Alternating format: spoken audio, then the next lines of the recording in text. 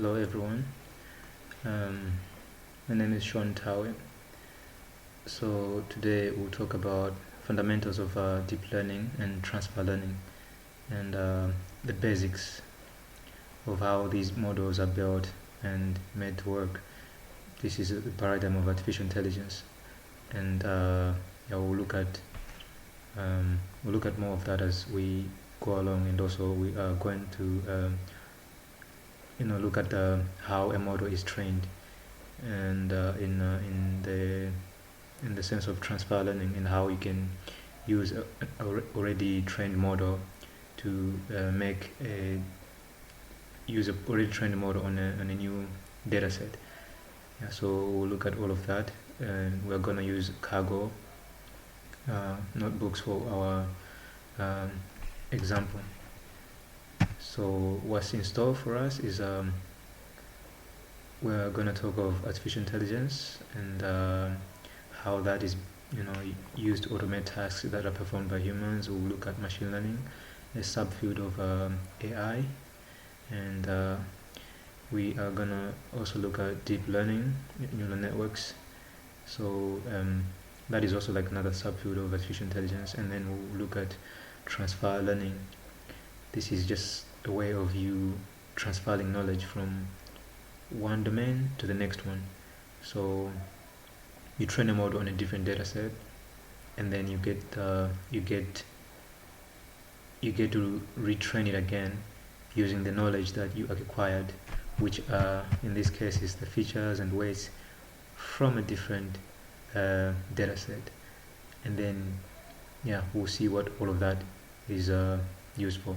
So this fourth section comes with a notebook that we use in Cargo. Yeah, so before we get into more detail, I will have to introduce myself. So Sean Thawe from Malawi and from a small town of Gatabe. I've got an interest in like all things computer. So I love Linux and I use Python. Like I'm an aspiring computer programmer using this language, and also I've been studying machine learning and data science since last year. That's like self-taught. I use like online free learning platforms. Also, I do some graphic design. Yeah, so most of these computer skills are just like self-taught, all of them. Um, yeah, I've had some mentors along the way though. Yeah, but still self-taught. But by profession, I have done environmental management. So I hold a diploma in that, which I did in our local college in Malawi. Yeah, so let's get started. So we look at artificial intelligence and the hype that is making in the mainstream today. So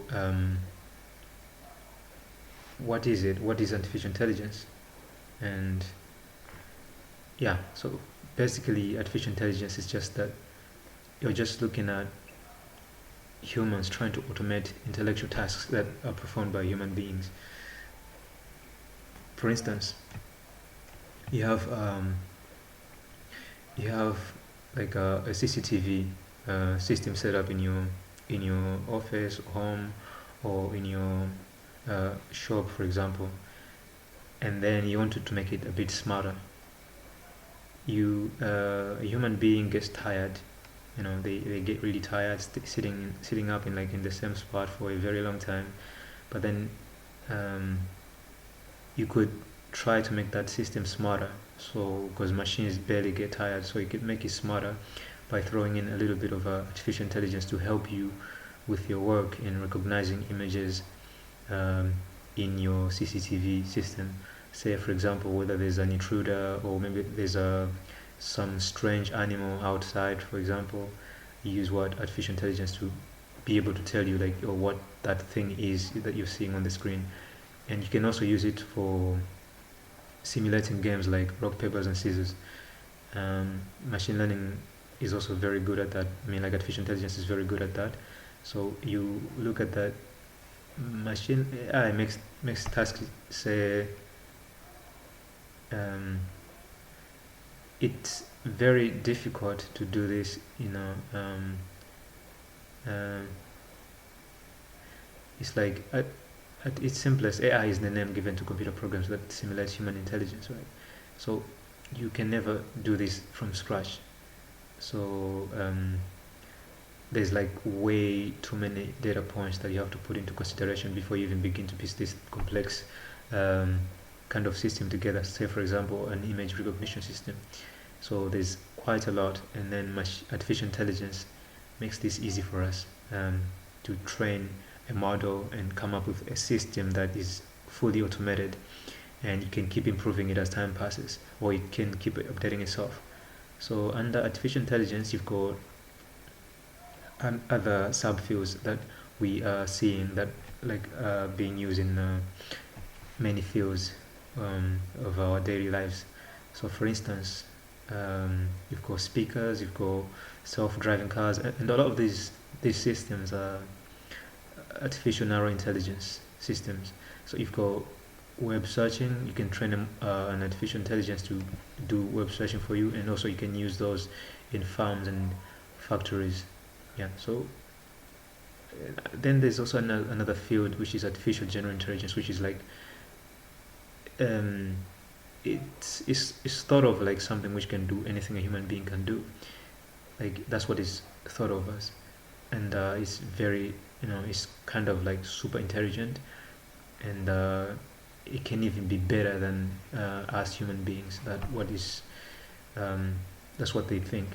Yeah, but yeah, as systems keep improving, I think we'll reach there. We'll have like fully automated systems. Like for instance, you've got ChatGPT now, which is doing like some strange things in that is like taking the world by storm. Like it's quite strange, right? Um, Now we'll look at machine learning. So um, basically, this field is, according to Arthur Samuel, it it gives computers the ability to learn without explicitly being programmed. Like I mentioned earlier, where you have like you have data.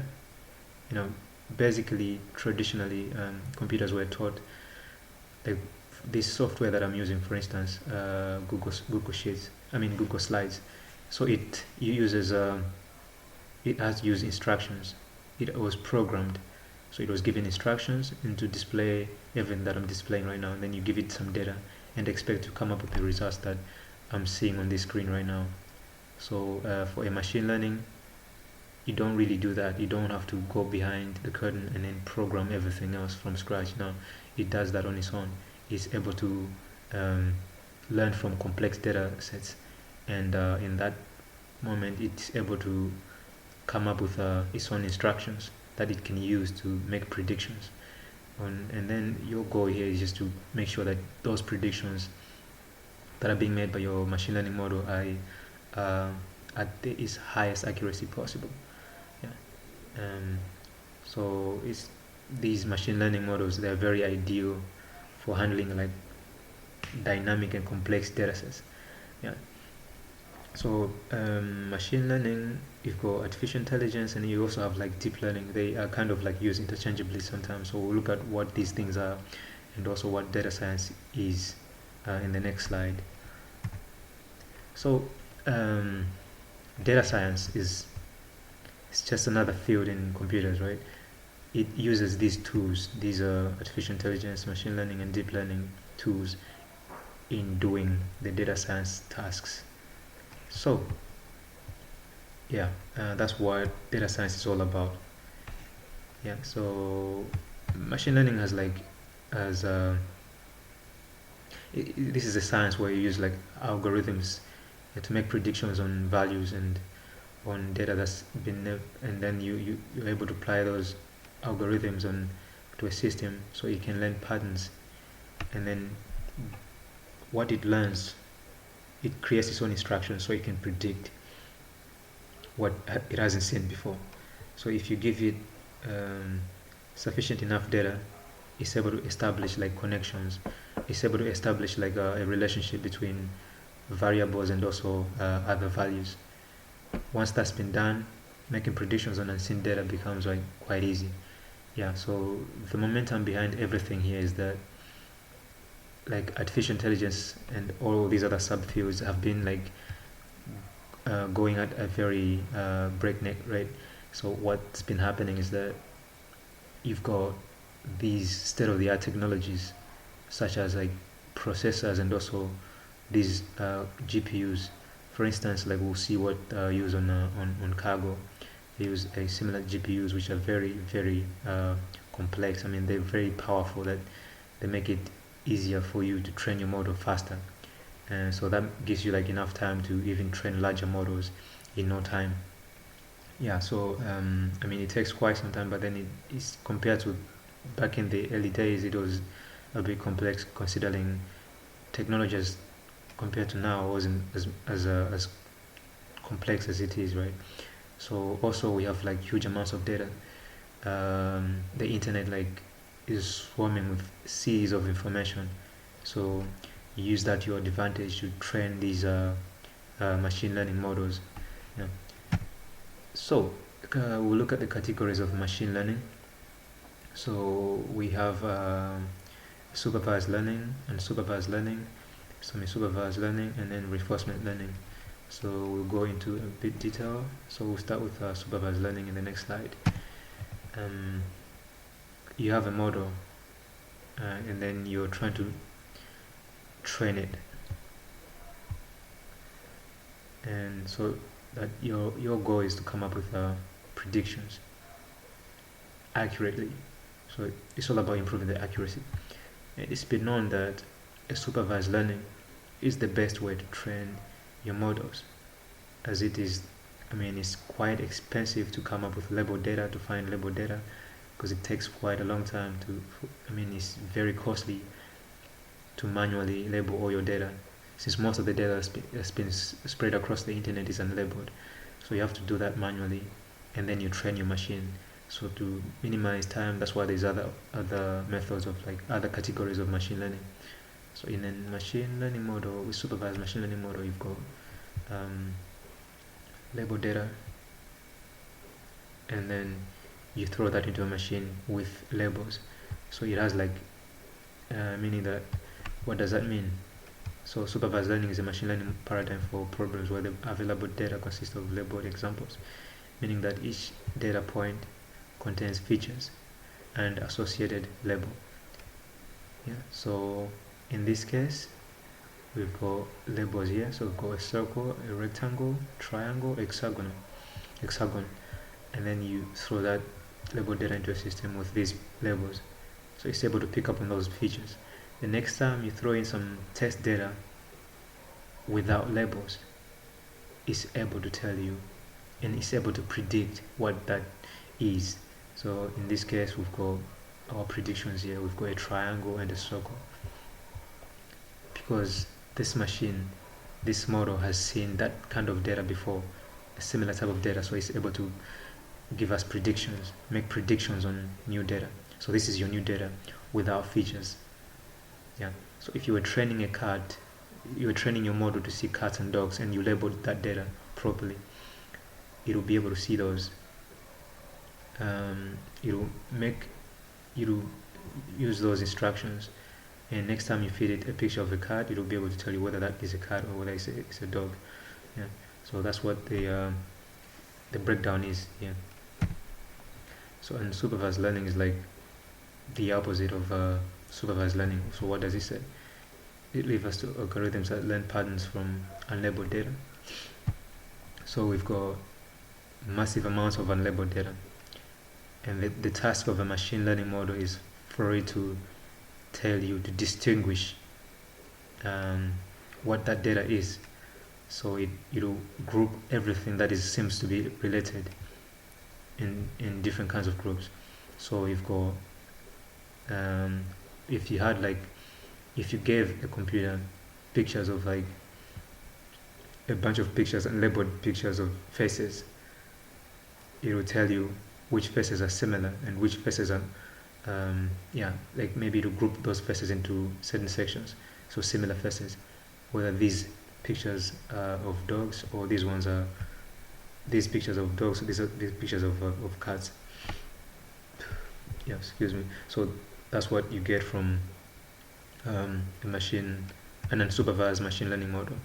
Yeah, it's able to tell you like what the differences are, in your data. But then it is able, you train it multiple times, that now it finally in the end it starts to distinguish everything else, putting it into, yeah, everything that's like related, that seems to be related.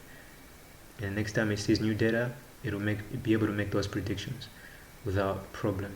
But the other problem with this unsupervised learning is that the accuracy as compared to the previous one, which is supervised learning, is that the accuracy in this one is not as good as in supervised learning. Yeah. So semi-supervised learning is that you've got a small amount of data set with labels, and then a large amount of data set with unlabeled, which is unlabeled. So you throw that into a machine learning model, and then you expect it to come out with results. So it will be able to tell you like what the differences are in your data set. So it uses the small data set as features and stuff, kind of like features, and yeah, and then you can make those predictions in there. But yeah, like similarly to unsupervised learning, this one also is a bit not very accurate as compared to supervised learning. So it has its own ups and downs, yeah. But still, you can use it and to improve your data, yeah. To improve your, you can use it to train your model still using this one, yeah. So in reinforcement learning, we use this is like it learns. In reinforcement learning, a model learns to become more accurate in an environment based on feedback to maximize the cumulative reward. So what do you have is, let's take the example of a game, right? So you've got an agent, the environment, and then the state. So the state could be like levels inside of the game. So if your agent does like something wrong, the reward is like a negative in that environment. So if their action is something which is desired, and you reward them with something positive. So the agent, for example, the agent will be able to go through the environment in different states. So excuse me. So if your agent if your agent like maybe goes over a cliff in that gaming environment, they will be rewarded with a negative. So your goal is to make sure that your agent doesn't go over a cliff, so they'll be rewarded with a negative. Maybe they will die, and then they'll have to respawn again and start over. So that's what the concept of reinforcement learning does. So it's quite old, and then it's been used for a very long time, since way back. Yeah, but then there's other better systems now, like supervised learning, and also categories. In machine learning, you can use those, but this one is quite more complex. Yeah, I'll not go very much into detail, but you can also always look up what this one really does. So the advantage is that of a supervised learning is that we've seen that it's very accurate as compared to all these other subcategories of machine learning. So that is unsupervised learning, semi-supervised learning, and reinforcement learning. These are not very accurate as compared to the supervised learning. But then the only disadvantage is that for you to be able to train your model with the supervised learning is that you've got to spend so much, you have to invest so much money into making your data labeled, and that takes up a lot of your time. That's why you can also always use these other categories to train your machine learning models. Yeah. So the next one up is the third one actually, which is the neural networks, and then the deep neural networks and deep learning. So what's in this one? Yeah, this is basically, it's like a big mathematical equation. It's inspired by the brain, and this paradigm like enables computers to learn from observation data, and it's very very complex as compared to the basic machine learning models. So they use like layered representation of data, and then in the case of we'll see what this happens like in the case of images. So you have like images of like maybe humans and their faces, and then you have like layers of different we'll look into those layers later on, but then this has been inspired by the human brain. So what you have is that in deep learning network is like, yeah, like I mentioned earlier, this one is a subcategory of machine learning, and it also requires like, it's very data dependent, as it needs like so much data just to train a model on a very powerful hardware. So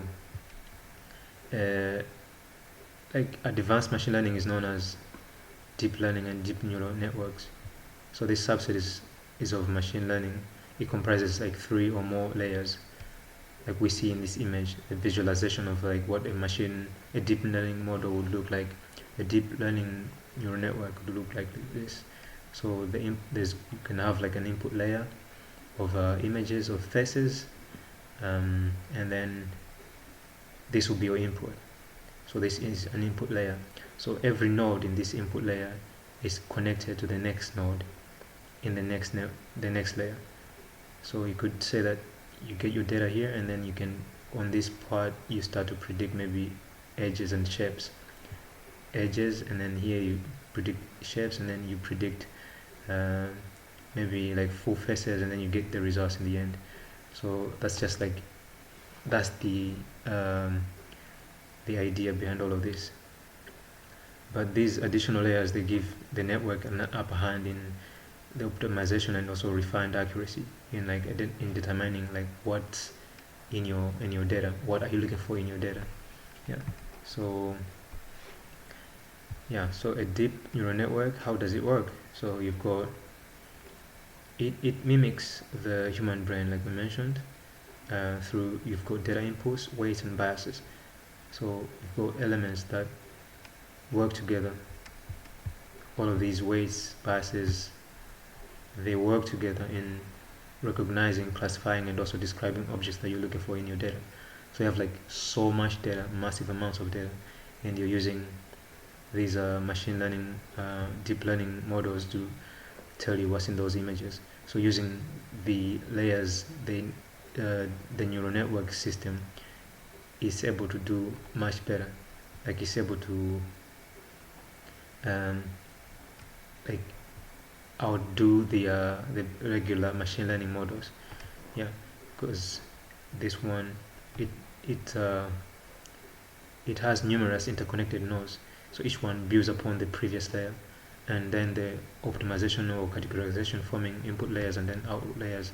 So for example, that you've got a convolutional neural network, so you've got image classification applications and recurrent neural networks, which are like natural language and speech recognition. So we see that you can have an image recognition system. The case of maybe an iPhone being able to tell what faces these are, like who is this person, and then you can group those into similar faces. If the faces are the same, and then you'll be able to tell this is one person. So that's what is an example of like a deep neural network. So what's the workflow here is that how do you train your model. Before you even get to do anything else, you have to have data.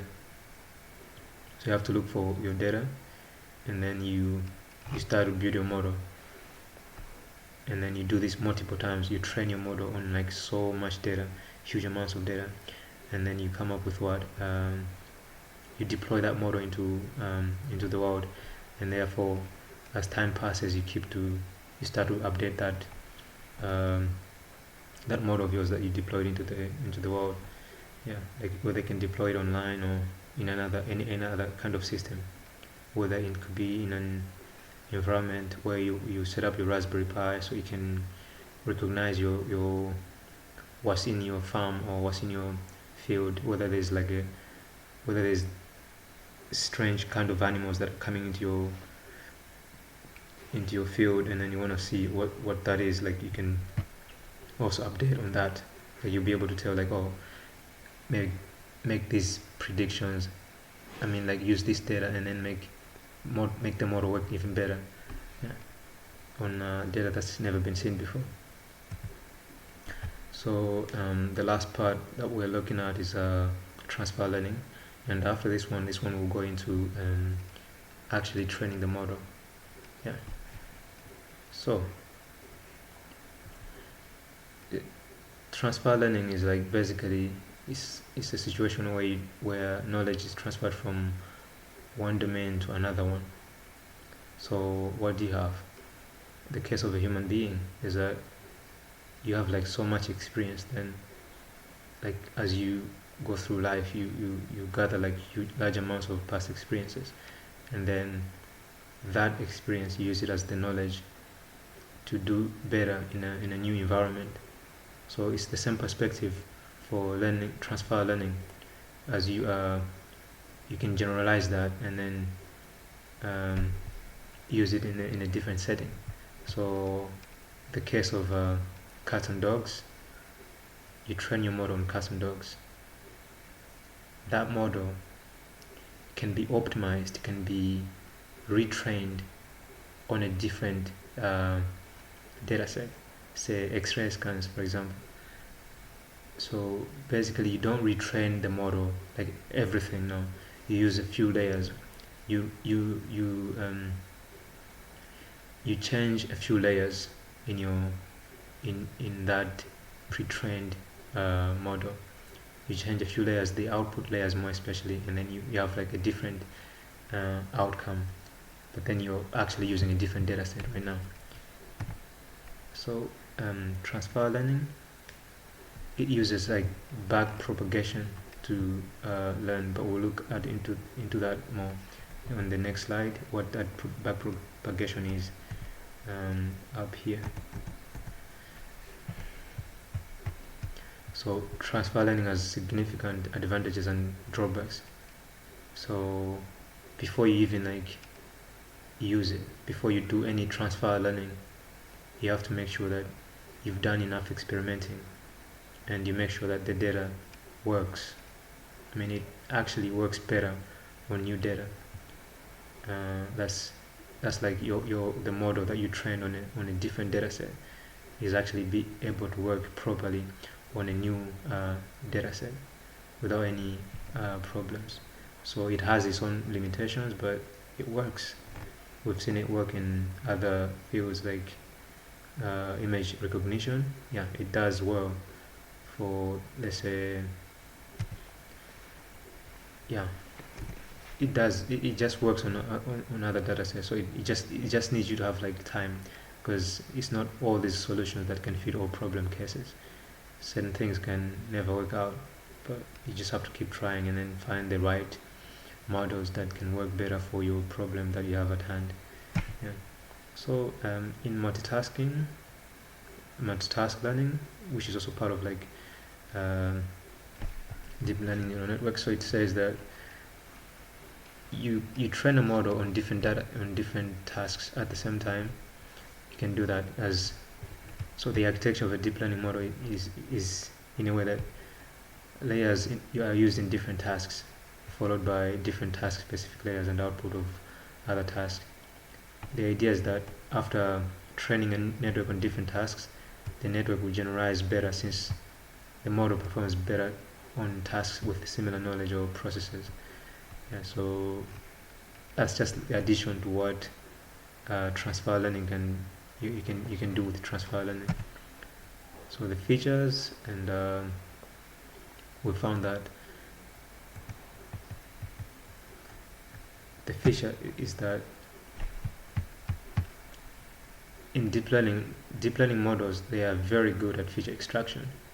So for instance, you've got a network can pick out useful features for a task based on labeled data, and back propagation. So what is it? What is back propagation?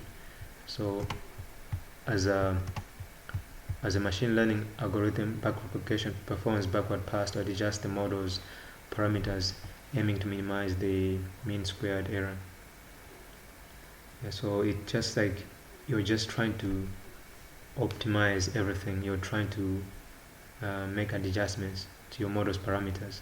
So the technique in deep neural network abstracts away the manual job of you doing defining what it can figure out, or what is the input. And an example would be like how to classify an image, right? Yeah, so that's what this one does, the back propagation. Yeah, basically, in simple terms, you'll find that deep learning models are very, very good at feature extraction. Yeah, they do that. They do away, like, in a regular machine learning model, you have to do most of the work manually, but in a deep neural network, you focus your energy on refining the model, making it work better than focusing on the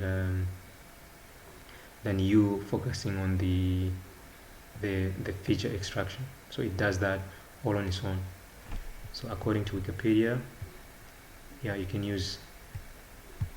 use what this is what it describes what the concept is all about. Yeah. So transfer learning, it has been used has allowed practitioners to train models that take raw images as input, and yeah, it's been applied in enormous datasets such as ImageNet and then MS Coco. So the datasets are so large that researchers have come up with network architectures which increase depth and complexity. So by knowing the background, when you're doing transfer learning, you just have to be aware of where those models are. You have to know their background, and then the datasets they were trained on, the techniques used, and then you avoid wasting your time in refining the model.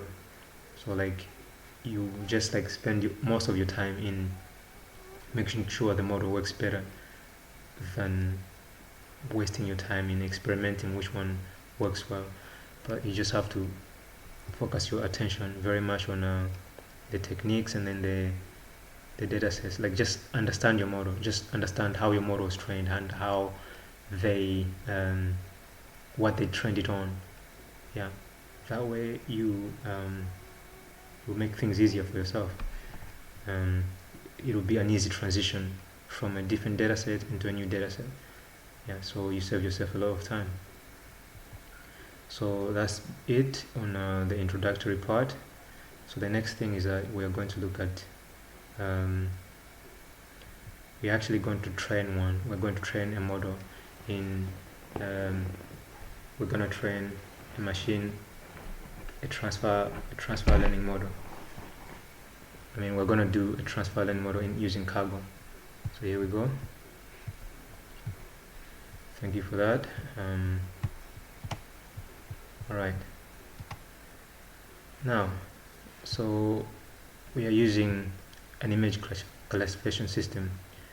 We are trying to identify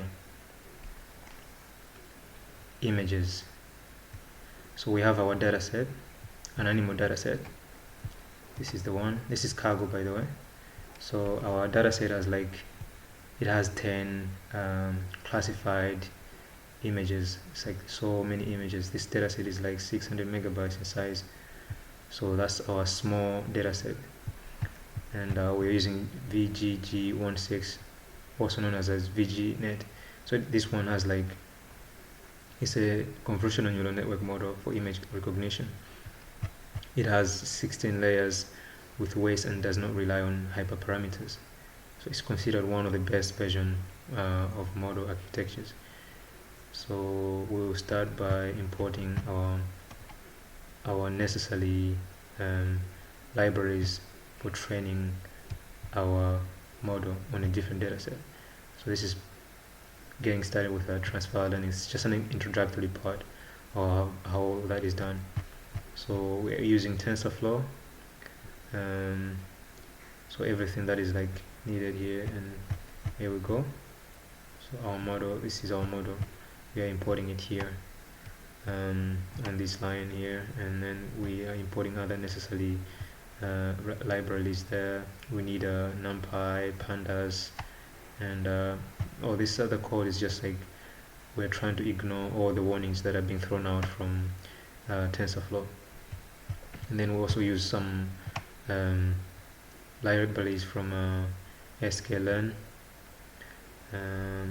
Yeah, sklearn, and then we're using some metrics, but we're not going to go into these ones. We're not using these, but we just have to use the other ones. We're gonna split our data, so our data is just in one location, so it's like massive amounts of data in one location, in one folder, and then in those folders there's like categories.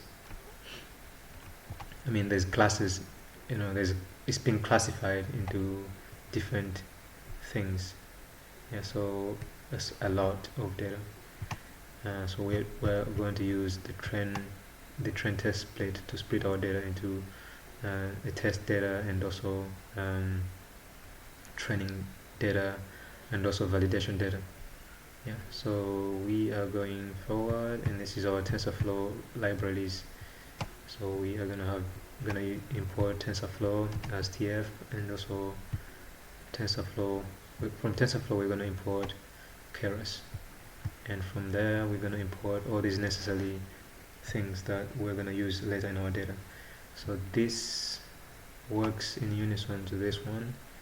So this just prepares our model. I mean, our data prepares our data for training our model. Yeah, so there we go. We'll keep going. Yeah,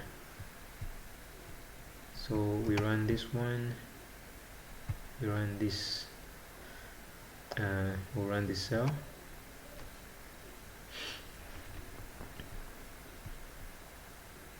You get results here, so we are gonna print something else. Yeah, so we're just printing a TensorFlow version to make sure that everything ran properly, so there's no errors. That means everything is just like is doing okay.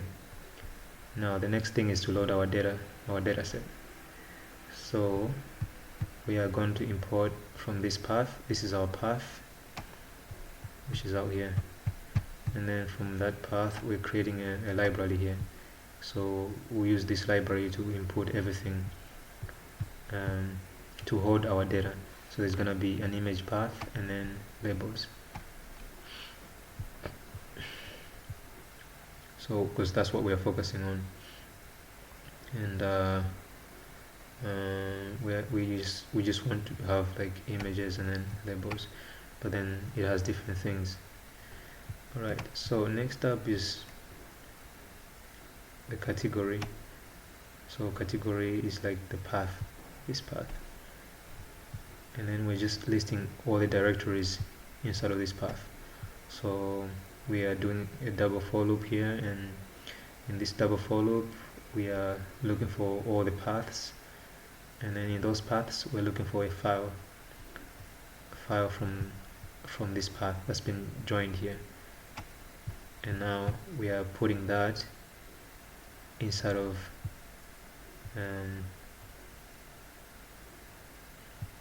this one here. So an image path will be appended to that, and then an image label will be appended to that. So we're going to run that. We're going to run, and this one is just going to hold everything that's been thrown into here. It's going to be turned into a data frame. So we're using what are we using here? Yeah, that's pandas. We're using pandas for that one. So everything that's been thrown in here is going to be turned into where are we at? Yeah, everything that's been thrown in here is going to be turned into a data frame. Oh, sorry.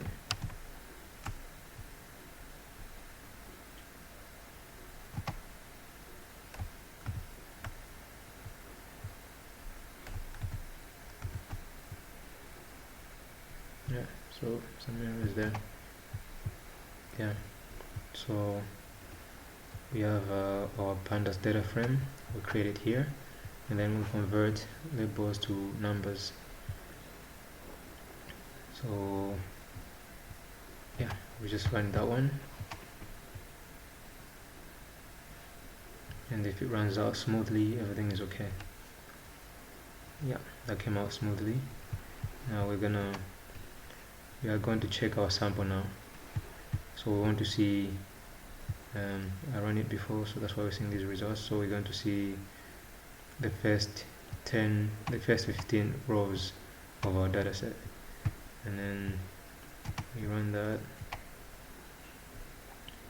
So this is what we have. We're seeing like our labels as a elefante and all the other images from different classes of our data. So there's like about 10 classes of our data. Now we want to check the shape of our data. We're gonna run this one.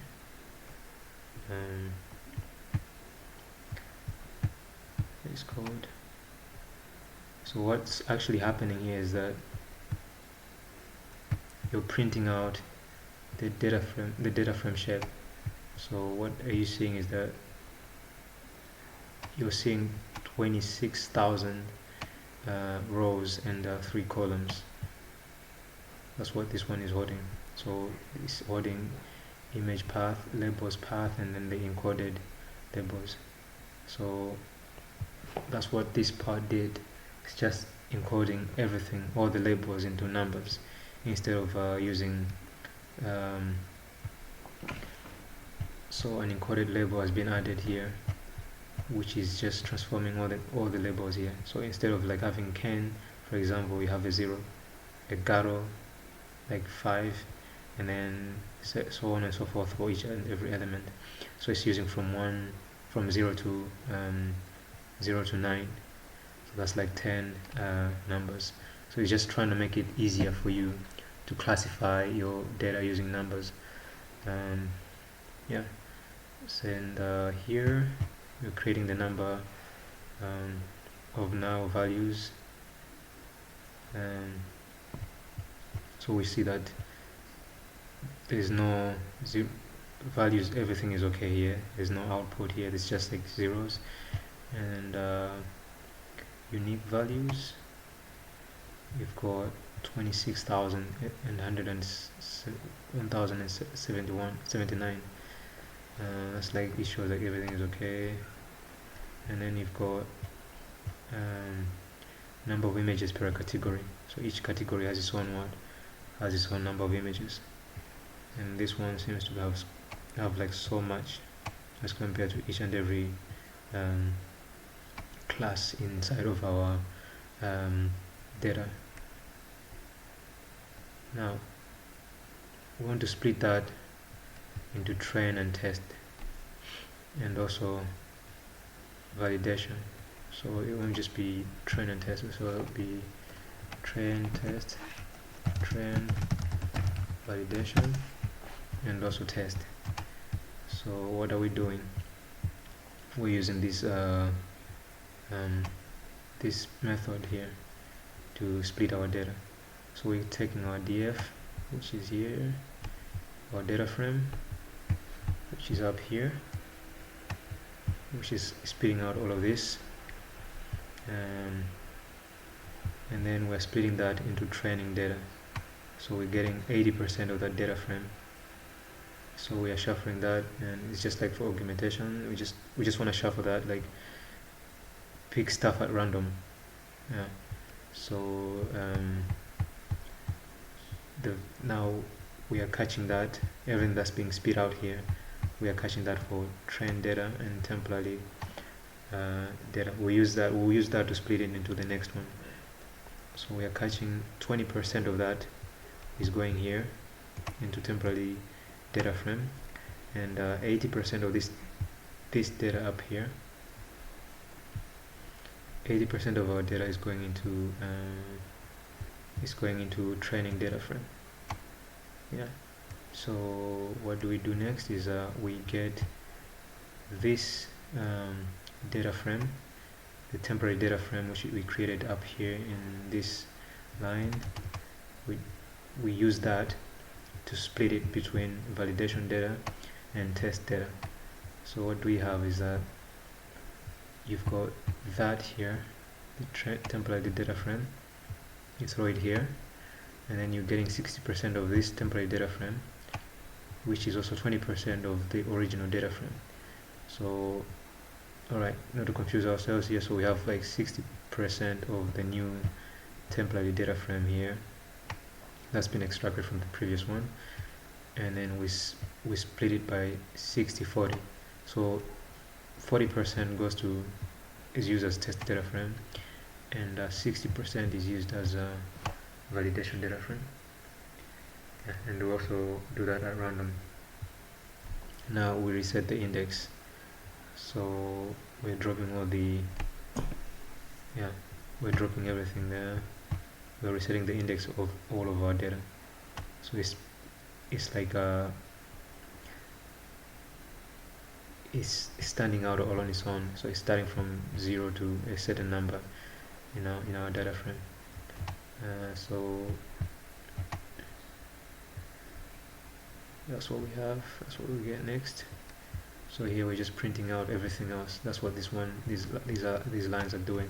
So we're just checking the shape of each and every data frame, and also we're checking a sample, just the head of each and every sample of our data. So the validation is just spitting out the image path and then the labels, and this one is also spitting out the shape of the image, the shape of our data, of our training data.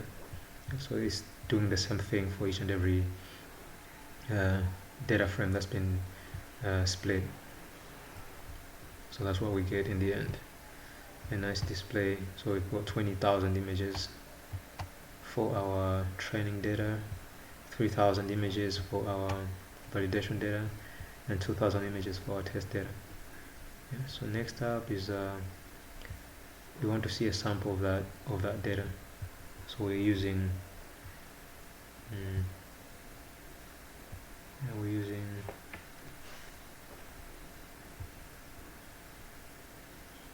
we're catching a path. So we're using a for loop here. What we're actually taking is we're using test data, and we're only getting 16 of those 16 images from that data set, and we reset the index. And so we use a for loop. So for I row in test data frame, we wanna be able to print that out on our screen. So we're just showing everything. We're just plotting everything out. Here we go.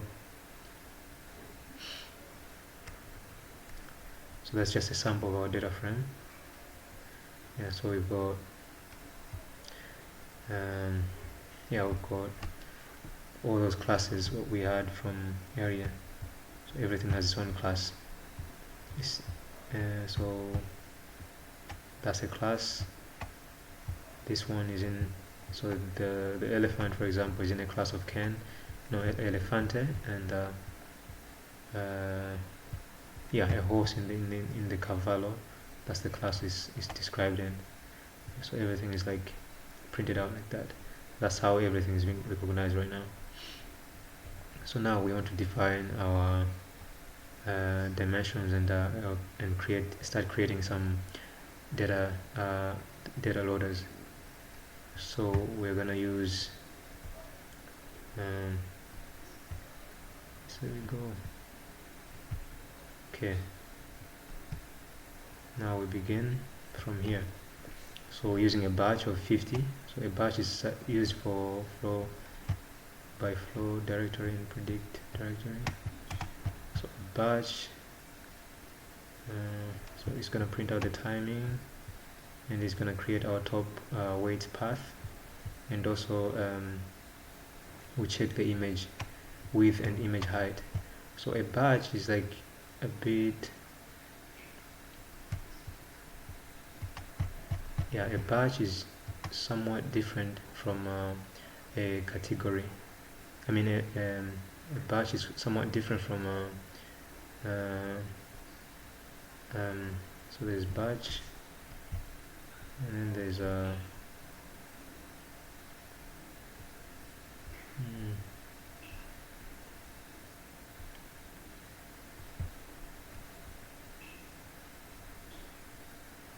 yeah, a batch and the epoch, they are somewhat different, but then they kind of like are a bit confusing. I will not go very much into this one right now. We just start to split our data. Here we define all the data load and create our data loaders, so that we have our data loaders on the internet somewhere in cargo. So we'll begin here. We'll load our data into using image data generator, and then we'll do some augmentation to that data frame. Go our data frame, we'll rescale it, we'll zoom in, we'll flip it horizontally, and yeah.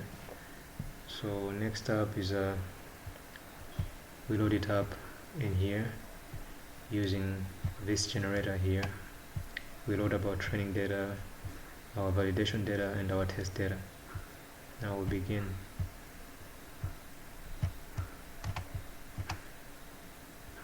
It's gonna take a little time to do all of that.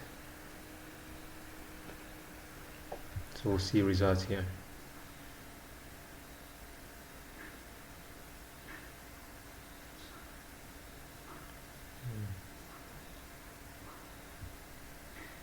So basically what this one does is that it's catching all the training, it's loading up all the training data.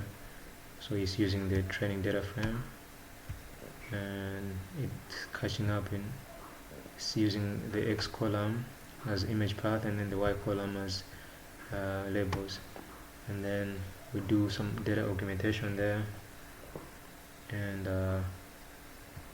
which has been defined here. So everything is just loading up, so it's gonna take a little bit of time to load up everything up in here. Yeah, so it takes up quite some time to load everything up, quite a bit of it. There we go, a few seconds with this one.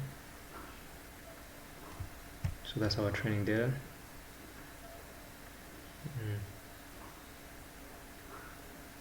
Our validation data, and finally we've got our test data. Now we need to load our training model. So we run that. So we don't include our top layers in that. So now our model has been trained, has been loaded, that we're gonna use in our transfer learning.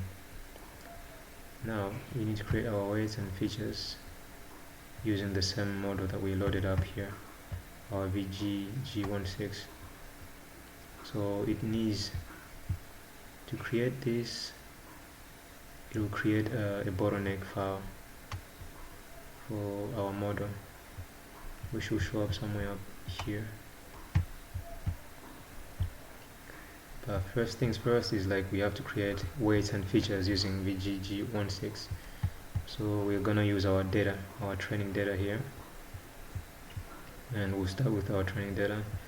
So this is just to record our starting time, and then this one is we'll subtract that and see how long it's taken for us to create all those weights and features from using VGG16. So the logic is in here, and it's gonna,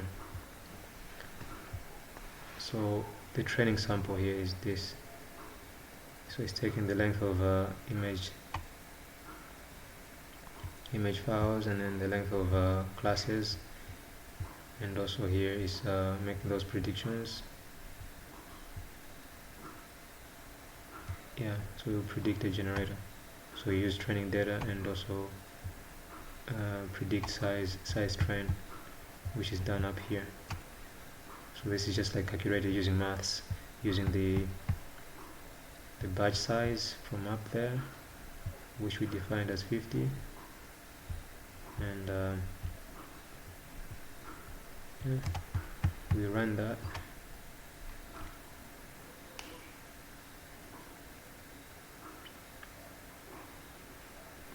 Now what this one will do is that it will save up, it will create a bottleneck file that it will save for us in here.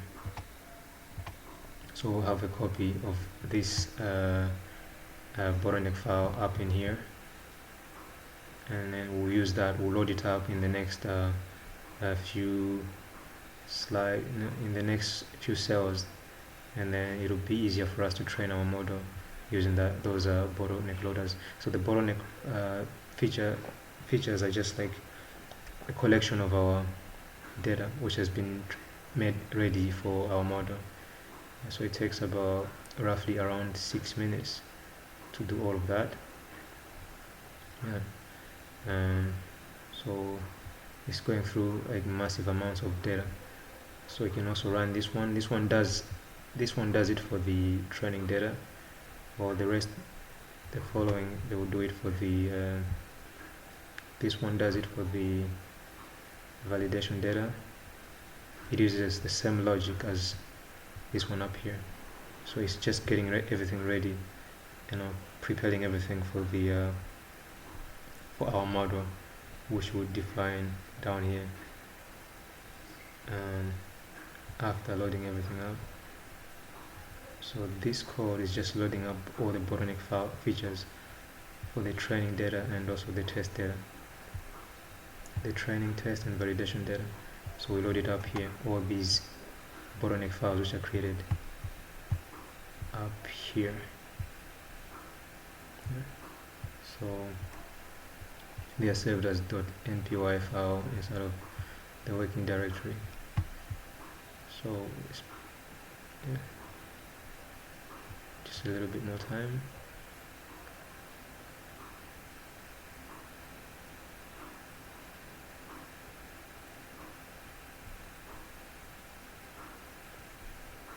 A little bit more, a few more minutes, then we'll have our model ready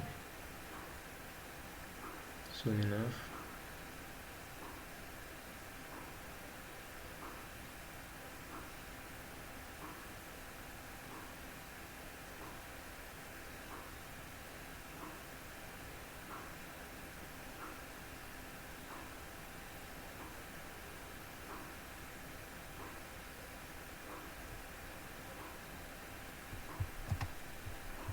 Alright, so we just have to load these ones. So when this one finishes, it can start to run these ones too.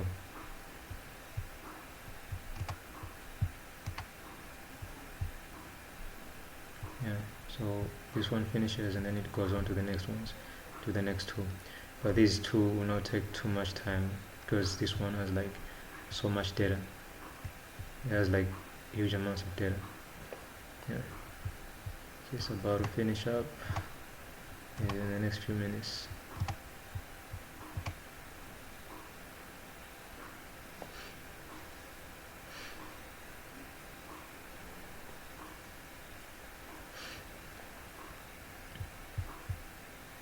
Yeah, I'll not go very much into detail with this one. Yeah, but basically what you have to know is that it's just saving us the bottleneck features for our validation data here, and up here it's doing it for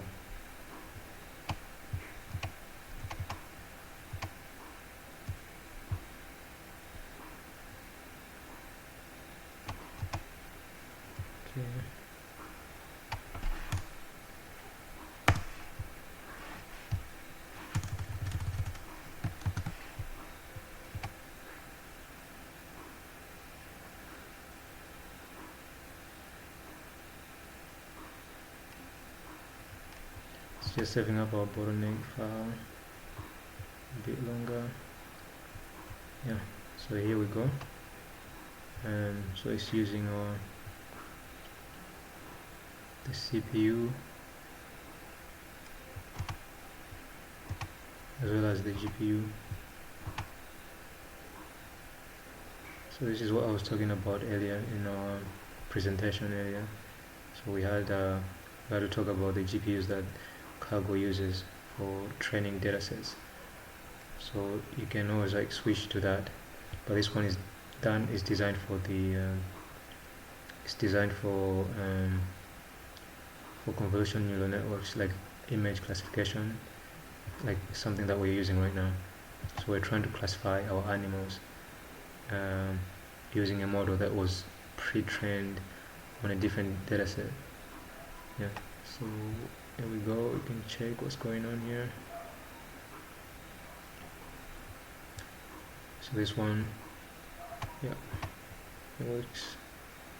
It's working.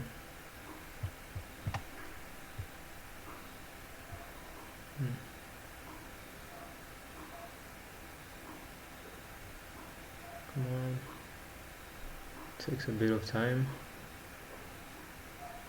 But once this one has been ready, and then the rest of it is easy, you'll do it faster for the rest of them. So it's working on 20,000 images. And it's preparing our bottleneck for our output here, which we defined. So it's gonna save that here. So the next time you run the model, when you're redoing your thing, and you don't have to load this one up again, so you can just use those bottlenecks.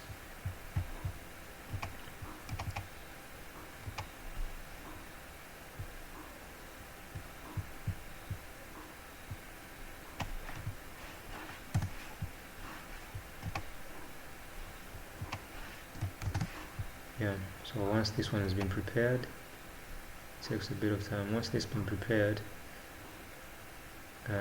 next time you want to run it, you can just skip it. Instead you just run this, and then you can proceed to other cells in your notebook. Yeah, because it takes a bit of time to prepare everything for us. Yeah, there we go. So it took us about 7 minutes, and then the next one will take about a minute. There we go. So now we can see that here something came up here. There's a number changed. So we'll have our bottleneck files displayed in there soon. There we go. So we had about 60 kilobytes.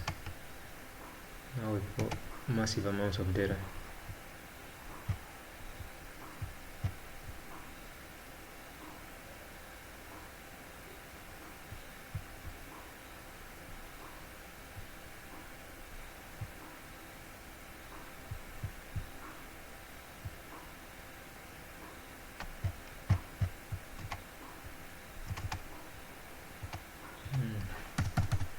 Don't know where these ones are coming from.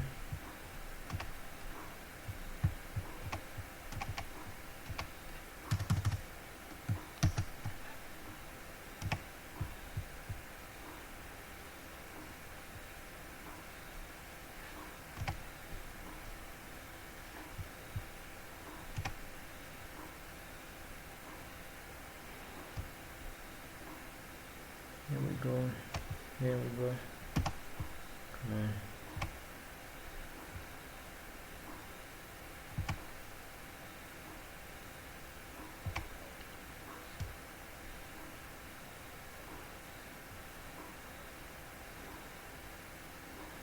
We're so close to that. There we go. So it took about 40 seconds to do it for the validation data, and soon enough we'll see something in there. So this one doesn't take too long because it's only a few images, about 3,000 I think. Should be 3,000. No.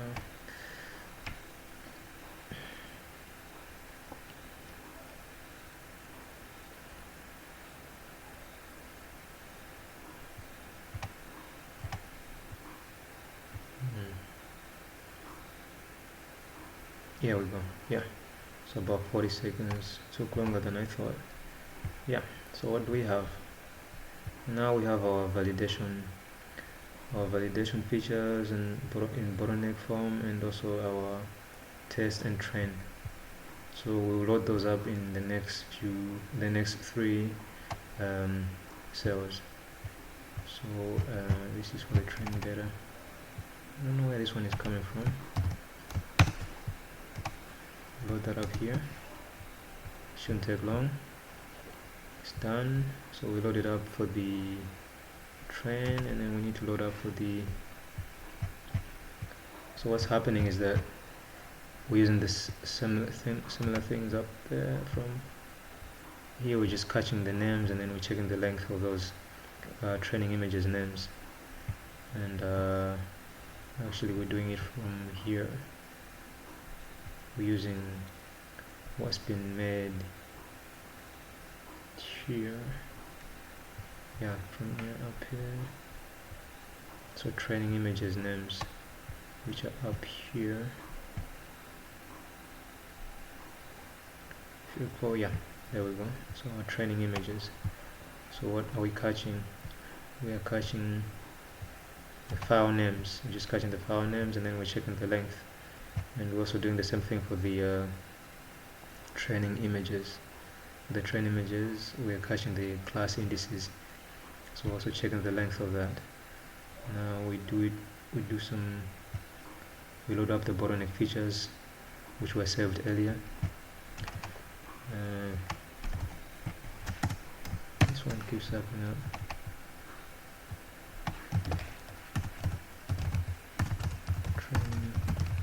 Our training data.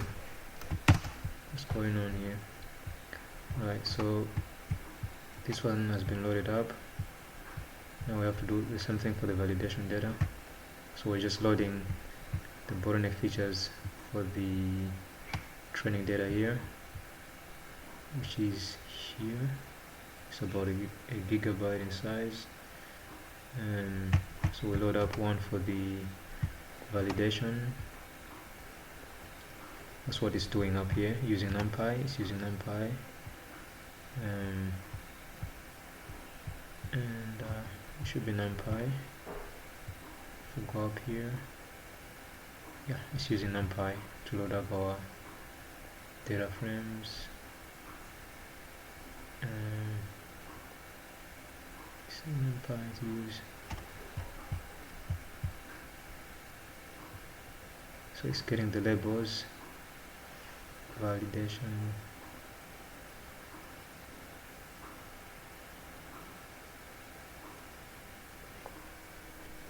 So validation images is getting the validation labels. So it's getting the classes. So our labels are classes in this form.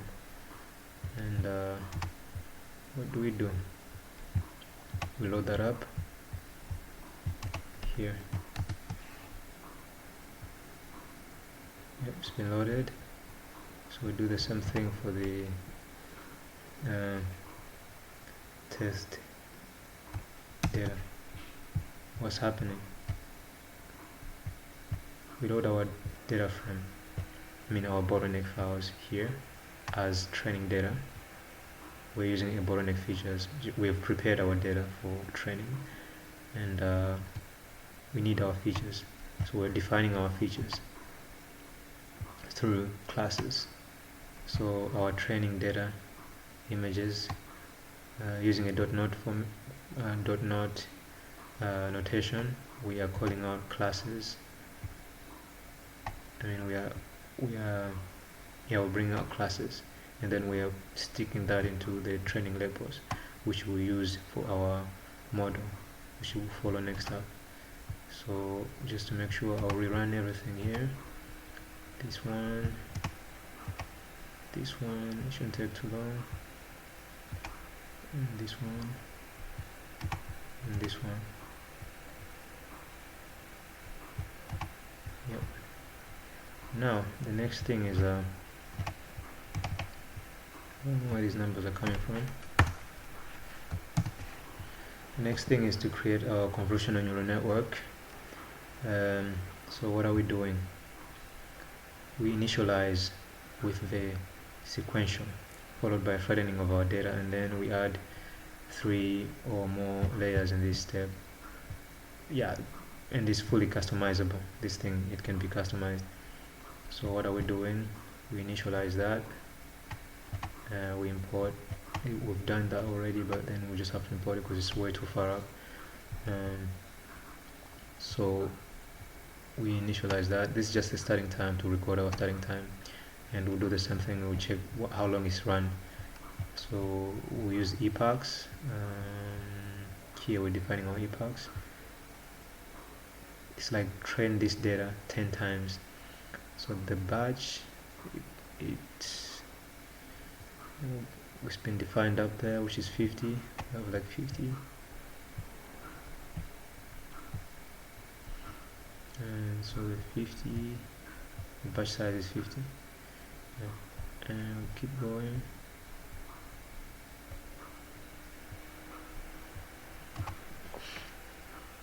And we're using a softmax activation, and then the layers,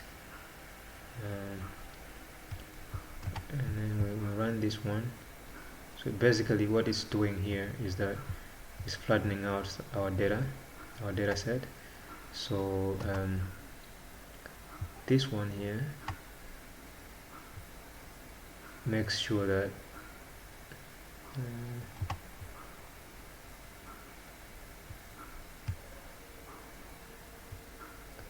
here we go. Alright, so I think our model is ready here. So we are gonna feed our training data and also our training labels in here to get started. Here we go, some errors in there, typos.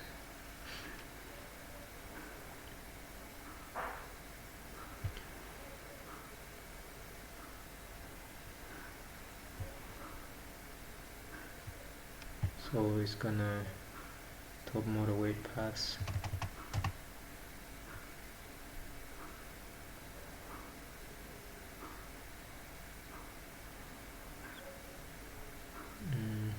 Yeah, everything's ready.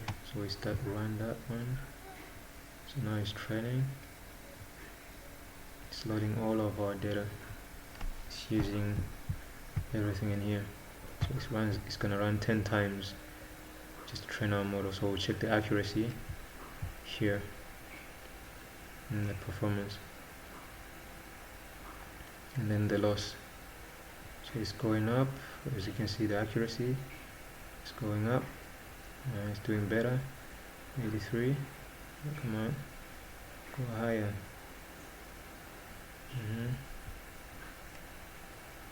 There we go. So it's toggling between 80s, yeah. So there we go. So our accuracy is 84%, which is not that bad though, but we can do even better. If you tweak in this one here, you can make some tweaks here. You can tweak this part and improve on that, and also maybe change a few things up. Yeah, and your model can it can become much better than this. Sometimes you change the epochs to a certain number, and then you keep trying that, and then you end up like having a better model with a higher accuracy. So the thing is, like, you're trying to avoid overfitting, and we're only training on a small data set right now. but then we had to do some data augmentation to reach this higher accuracy. Yeah, so here we go. Now we can visualize that. So all this code is just like printing out everything in visual format, just showing us like how well our model has done. It's basically the accuracy here and then the loss. So it plots that out in a graph, and here we go. Now you see that it did better around what? Around 5 epochs. So around 5 epochs up here. So we see that somewhere here. That's where our model did much better around this time around.